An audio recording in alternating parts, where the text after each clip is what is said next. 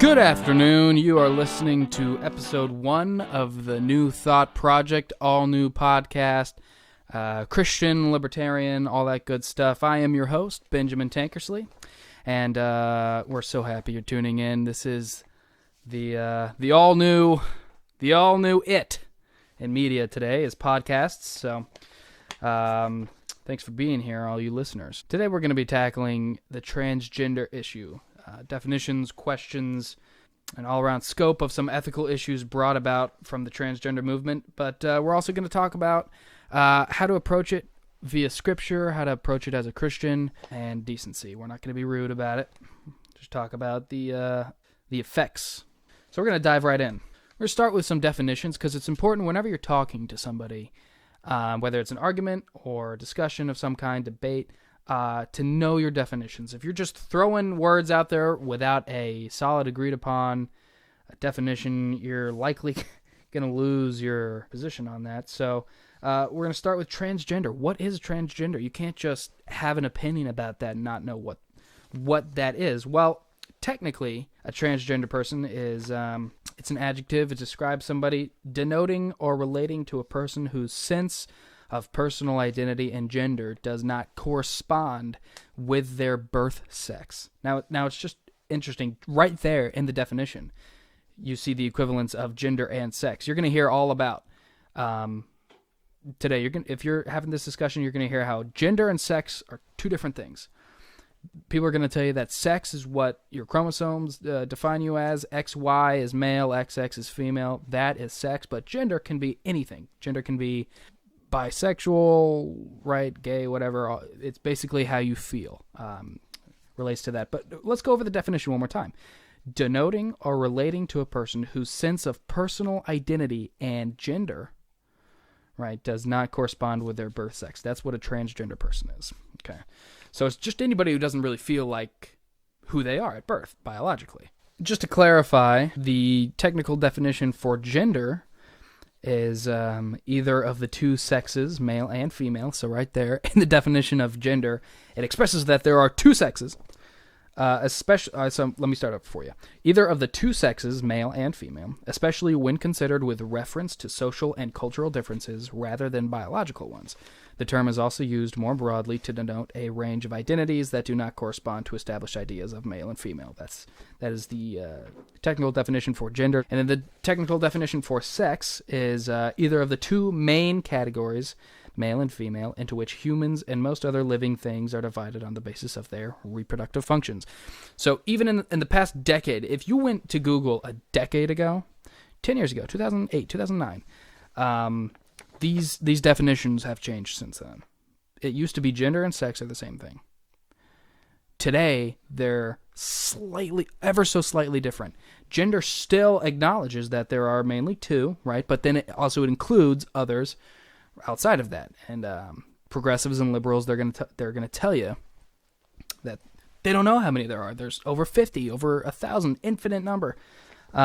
So it's sort of an never-ending, ever-changing aspect to their argument, which makes it very hard for them and us to pinpoint them on anything they're talking about because they don't even know a lot of the time.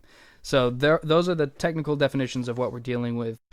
So transgender is somebody who does not correlate with their birth or assigned in their vernacular sex or gender.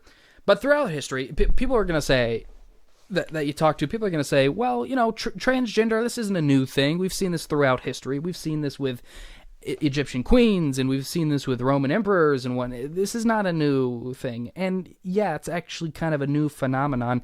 What we've seen with those people is, if they're referring to Queen Hatshepsut, I don't really know how to say that name, Queen Hatshepsut, of Egypt, she was known to occasionally don male clothing. She was known to cross-dress.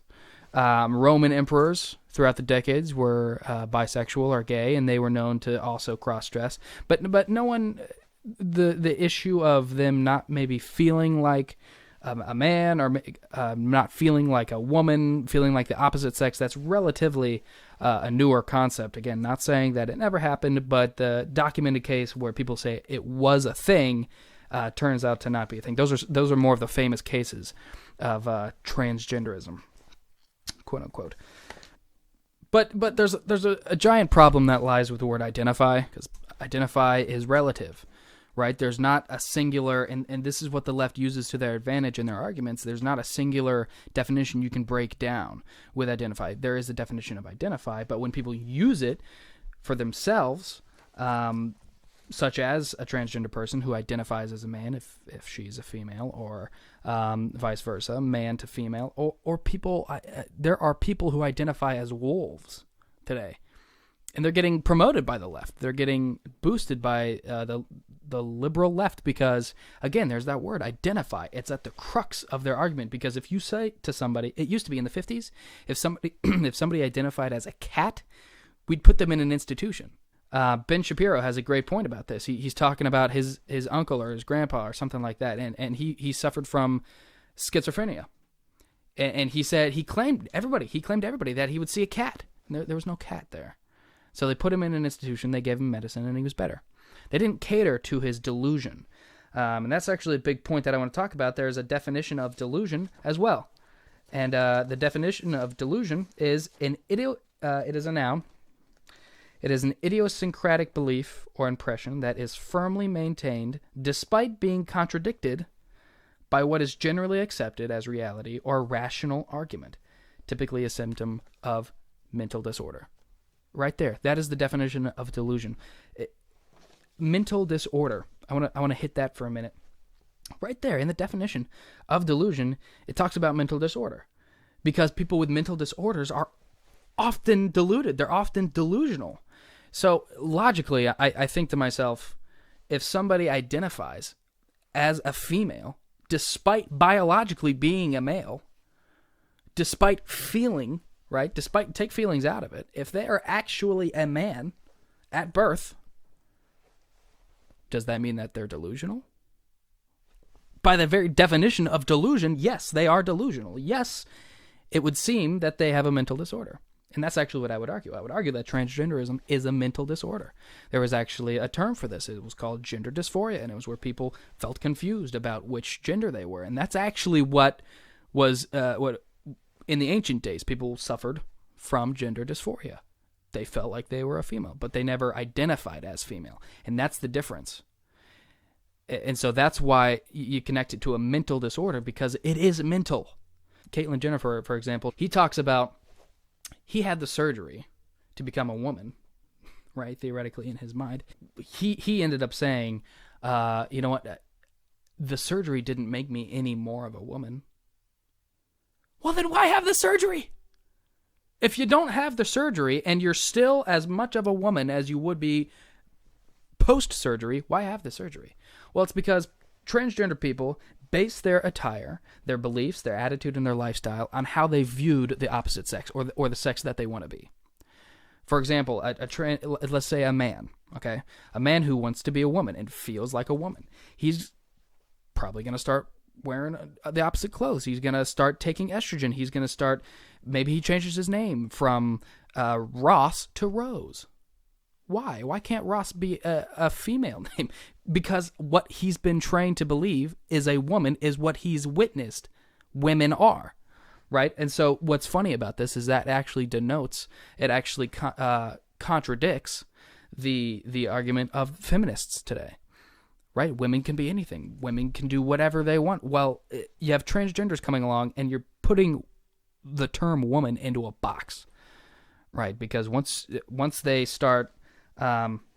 it basically just reduces and destroys the argument that women can do anything. A male to female transgender proves that there are two genders. What else are they going to choose? Oh, I'm transgender. Oh, what are you transitioning from? Well, I used to be male. What are you now? An alien? That's the thing. They have nothing to base off of without other than female. They have nothing, and that's why you don't really see transgender anything else. You just see transgender men or transgender women, because all they've seen their whole life is or are the two genders, male and female. So it's interesting that you don't really see a transgender whatever else. So again, Caitlyn Jenner, why have the surgery? If you are already a female, if you are already a complete woman, why have the surgery? Digressing back to what I was talking about. All right, so there's a guy named Ryan T. Anderson, and he wrote this great article called "Why the Transgender Movement Can't Sustain Itself." And he issues 1, 2, 3, 4. He issues 5 points in this article, which I added commentary on. But his first point is, quote, privacy interests when men who identify as women can enter female-only spaces, such as bathrooms. Obviously, the issue here is sexual misconduct. It's sexual harassment. It opens the door for rape, right? Just the ease. And believe it or not, also theft. If men can identify as women and enter female-only restrooms, think how easy theft would be for the men. Not every man would do this. I would argue a whole bunch of men wouldn't do it. But it still opens that door because men and women think and act differently. So if society allows this, it just opens the door for all these other things to come flooding in that is so unnecessary. We're catering at that point. We're catering to 0.04% of the population. Which then again begs the question, why do it? The second bullet point that Mr. Anderson lists is, quote, safety concerns when predators abuse gender identity access policies, end quote. Okay, if a transgender can claim special benefits based on feelings, what's stopping a straight man from accessing the same benefits? Answer, nothing. Because feelings. Because you can't disprove feelings. So, Mr. Anderson's third point was equality concerns when biological males can compete against females in sports and other arenas where sex differences are relevant. This is huge. If I was somebody suffering from this mental disorder called gender dysphoria and claimed to be the opposite sex, in a heartbeat, I would enter the sports arena. In a boxing match against a woman in my weight class, I would have a winning record. I don't know if I'd win everything. I would have a winning record, hands down. Agree? Yeah, no, yeah, you agree. Definitely bowling. Oh my gosh, no question about it. But we see this. I have examples of this. I'm not just making this up. We see this with athletes such as Fallon Fox. Everybody has heard of him. Huh? Transgender MMA fighter breaks skull of her female opponent. Isn't that weird? Women aren't supposed to do that to other women.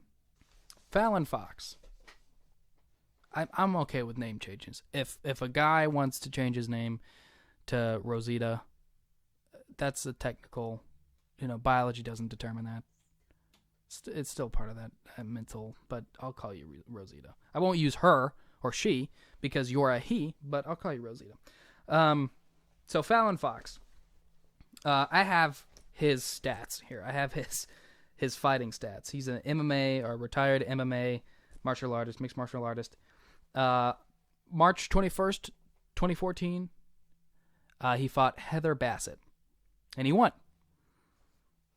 in the second round. On October 12th, this was his only loss to Ashley Evans Smith. It was in the third round, and I think it was a technical knockout. And that looks like his longest fight. So it took longer for the girl to win, but she eventually did. Good on you.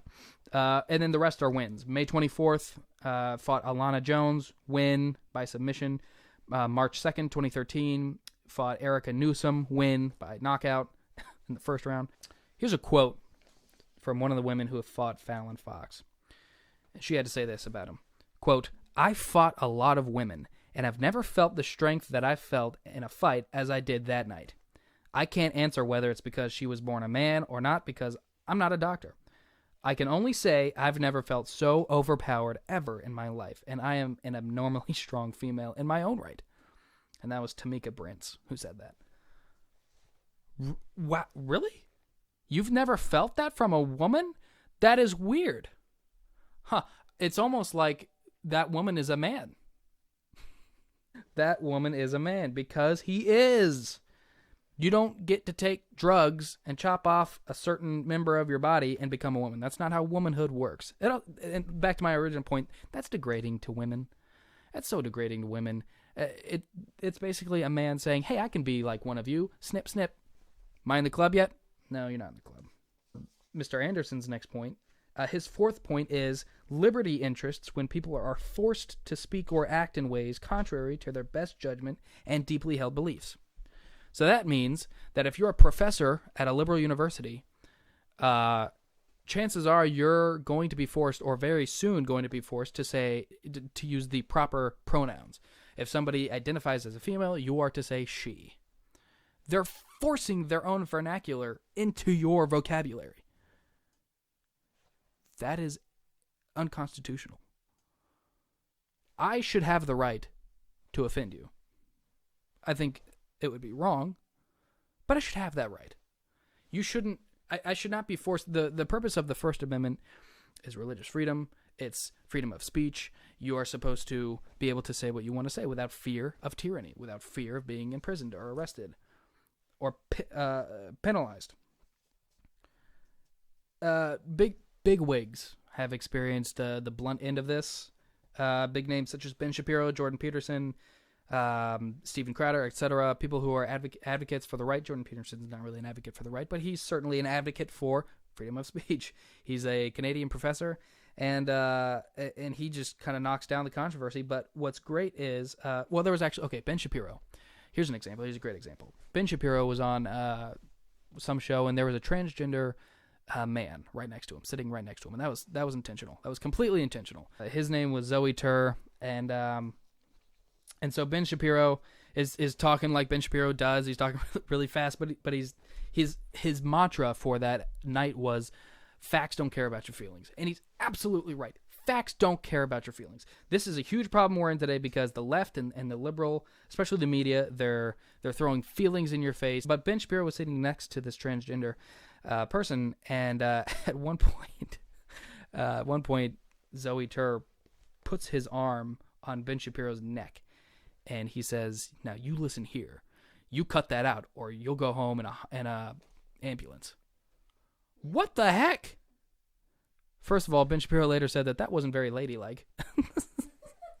and at the time, at that moment, Ben Shapiro stared right back and said, "That's mildly inappropriate for a political discussion." Just honestly pure brilliance, because seriously, facts don't care about your feelings. And Zoe got his feelings hurt. Anyways, I've heard the expression, "you aren't being kind to the pronouns." What? I've heard that at least a dozen times. What does that mean? I'm not being kind to the pronouns? All of a sudden, the left is coming up with this problem that was not a problem before, which caters to a vast minority of the population. It's insane. Mr. Anderson's fifth point is his fifth and last point is ideology concerns about confusing messages that school children will receive when they are taught that gender is fluid, falls along a spectrum, and is essentially detached from bodily sex. That's their argument, right? That gender and sex are completely different. We see the transgender movement reaching children today. We see it with TLC is being completely open about this with Jazz Jennings, right? This is a person whose brain hasn't fully developed, started when he was a child. You shouldn't be deciding, sexual things. Well, why can't these kids get tattoos? It's their body. I don't know. That's coming. That's coming very soon. So when you're all of a sudden you're transgender, I want to be a girl. When you're 6 years old, it's wrong, because it's wrong. And there are cases of people who transitioned, had the surgery, they couldn't go back. 30, 40 years down the road, the greatest mistake of their life. And by golly, these parents. I would have just a word to say with every parent who encourages their child to explore sexually or explore their sexuality. This is a huge problem with this generation. It's this tolerant acceptance thing. And what's going on, what's happening is and it's promoted by the left, not so much the right. The left is saying in order to love somebody fully, you have to accept who they are. False. Throw up that Dwight meme with the word false across it, because that's what it is. It's false. Sometimes that's sin. Sometimes accepting somebody is accepting their sinful traits or sinful characteristics or sinful behavior, and that's wrong. Actually, I would argue most of the time that's wrong, because humans are sinful. Human nature is sinful. So if somebody is who they are without Christ, it's a sinful they are. But going back to parents, it's kind of like that parent who's like, oh, well, I'd rather you drink and party in the house. Right, yeah. It's these parents that are like, okay, as long as we can keep a short leash on this, we can control it. We'll be able to protect this person. How about you just erase it? Yeah. Right? I mean, a great point. That's like these parents that are like, well, if you're going to drink, I'd rather you do it in the house. Don't drink. You can, you're allowed to be a little strict. And by the way, the suicide rate, after transitioning is actually higher than it is before. People who have transitioned don't find completeness. They don't find satisfaction. Oftentimes, they actually end up committing suicide, and then that's very tragic. But that also does suggest that this is a mental disorder that we're dealing with. I already talked about that. So, what does the Bible say about transgenderism? Well, it doesn't say transgenderism, but it does outline some of the things that, as believers, we can take into account when dealing with transgenders and transgenderism. And, for instance, the Bible only addresses two genders, right? God recognizes man and woman, man and wife, male and female, right? He created Adam. Right. He created. God didn't create, the first. I don't even know what to call it because it doesn't exist. I mean, he created Adam, a man, to have sex and procreate with Eve, a woman. That was his design. So right there, from creation, we see what God condones. Let's look at some specific verses. Genesis 1, verses 27 says, so God created man in his own image. In the image of God, he created him. Male and female, he created them.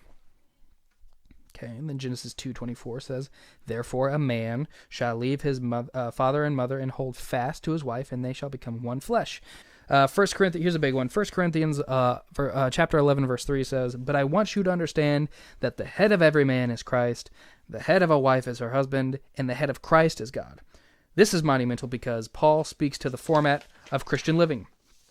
It goes God, husband, wife, not necessarily like master and slave for the husband and wife. But submission is after a godly man, right? If the man is godly and leading the family, the wife should and most often will follow and will submit. Last verse I got here is Hebrews 13, verse 4. Says, and this is good too, let marriage be held in honor among all, and let the marriage bed be undefiled. For God will judge the sexually immoral. My gosh, couldn't even. For God will judge the sexually immoral and adulterous. Paul even outlines that homosexuality is sexually immoral in Romans 1:18 and 1 Corinthians 6 verses 9 through 10. And transgenderism touches on homosexuality. So, right there we have a picture of what marriage should look like. We have a picture of how many genders there are. For those of you listening and not watching, that was 2. I held up 2 fingers. God created man and woman, not humanoid wolf. And to wrap up, to sum up, because we're almost out of time here. To wrap up, I believe transgenderism is a mental disorder. I think it should be approached as a mental disorder. And if we look throughout history, it was seen as a mental, it was called gender dysphoria. We should not embrace or accept it. We should treat it. We should help those who who are, I would say, suffering from it, because again, I think it is a mental disorder. And as Christians, when we're talking to transgender people, we are to love them, right? But we can also lovingly point out some common sense as well. Alrighty, that's all I got for today. Thanks again, and we'll see you next week.